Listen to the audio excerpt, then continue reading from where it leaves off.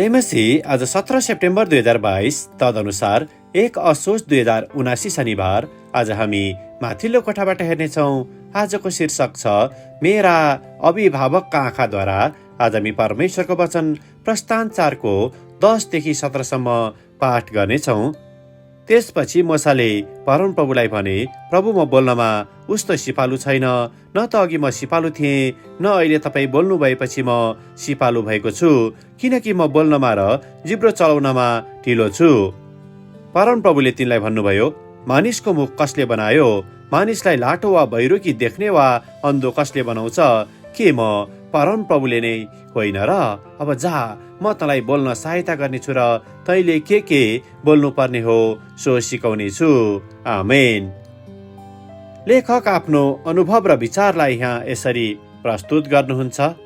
मेरा आमा र बुवा दुवैजना आफ्नो जीवनको अधिकांश समय बाहिर हुनुहुन्थ्यो। दुवैजना जन्मदा बहिरा हुनुहुन्नथ्यो।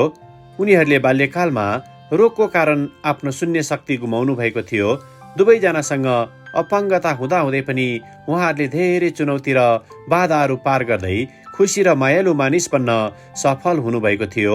उहाँहरूले जीवनलाई बिना डर अगाडि बढाउनु भयो र आफ्नो बहिरोपनलाई उहाँहरूको बाटोमा कहिले खडा हुन दिनु भएन।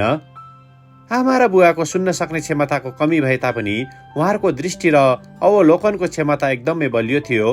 उहाँहरू कुनै कोठामा एकपटक पसेर निस्केपछि त्यो कोठाको बारेमा विस्तृत विवरण बताउन सक्नुहुन्थ्यो। जब उहाँहरूले कसैलाई भेट्नुहुन्थ्यो, उहाँले त्यो व्यक्तिको हावभाव, इसाराहरू र गैर मौखिक सङ्केतहरू पढ्न सक्नुहुन्थ्यो।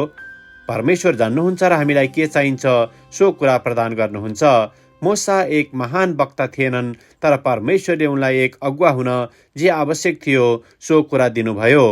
अपर्याप्त र अयोग्य महसुस गर्दा म प्राय मेरा आमा बुवाको बारेमा विचार गर्छु। जब उहाँहरूमा सुन्ने क्षमताको कमी थियो, तब परमेश्वरले अन्य तरिकामा पुरा गर्नुभयो। ठुलो चुनौतीहरूको सामना गर्दा पनि परमेश्वरले हाम्रो निम्ति बाटो तयार गर्नुहुनेछ। आमेन। आजको विचार, परमेश्वरले मलाई दिनुभएको विशेष उपहारहरूलाई म अँगाल्नेछु। प्रार्थना। स्वर्गीय पिता, तपाईको अनुग्रहको उपहारको निम्ति धन्यवाद। तपाईले हामी प्रत्येकलाई अद्वितीय बनाउनु भएको छ र हामीले हाम्रो जीवनको लागि तपाईको इच्छा खोज्दा हामीलाई चाहिने सबै कुराहरू प्रदान गर्नुहुनेछ।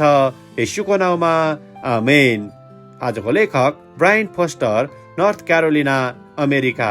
आजको प्रार्थनाको विषय, शून्य शक्ति गुमाएका मानिसहरूका निम्ति।